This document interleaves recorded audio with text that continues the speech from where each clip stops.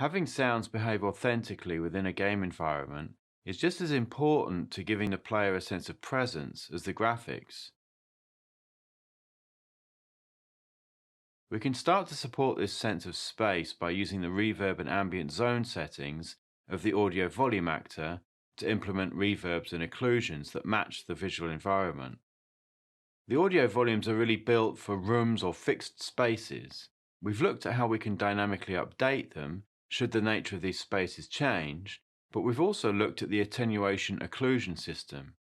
Using raycasts, this system is much more sophisticated and dynamic, working on an object level rather than a room level. You can include or exclude specific objects from using occlusion, and since it's dynamic, it will even work if these objects are moving.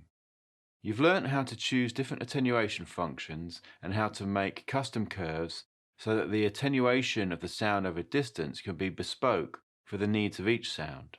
Just dropping the volume over distance doesn't really do enough to replicate how sound operates in the real world. And so we've looked at the air absorption options that allow us to filter the sound over distance as well.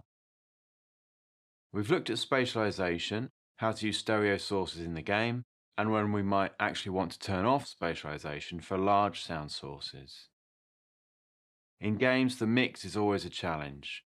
If we try and play everything, we end up with a muddy mix, but deciding what's the most important sounds to the player at any one time can be difficult. The listener focus settings can be used to really subtly clarify the mix by attenuating sound sources that aren't the focus of the player's visual attention, or it can be used for more dramatic effect, to deliberately draw the player's attention to the sound sources that are of the greatest importance to them.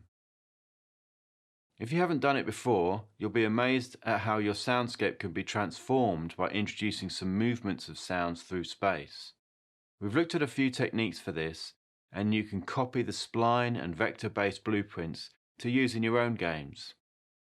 Finally, we've looked at the camera and the listener, a crucial relationship which actually raises lots of questions and challenges. We don't know what will work best for your particular game, but now you should have the knowledge to try out a few different options.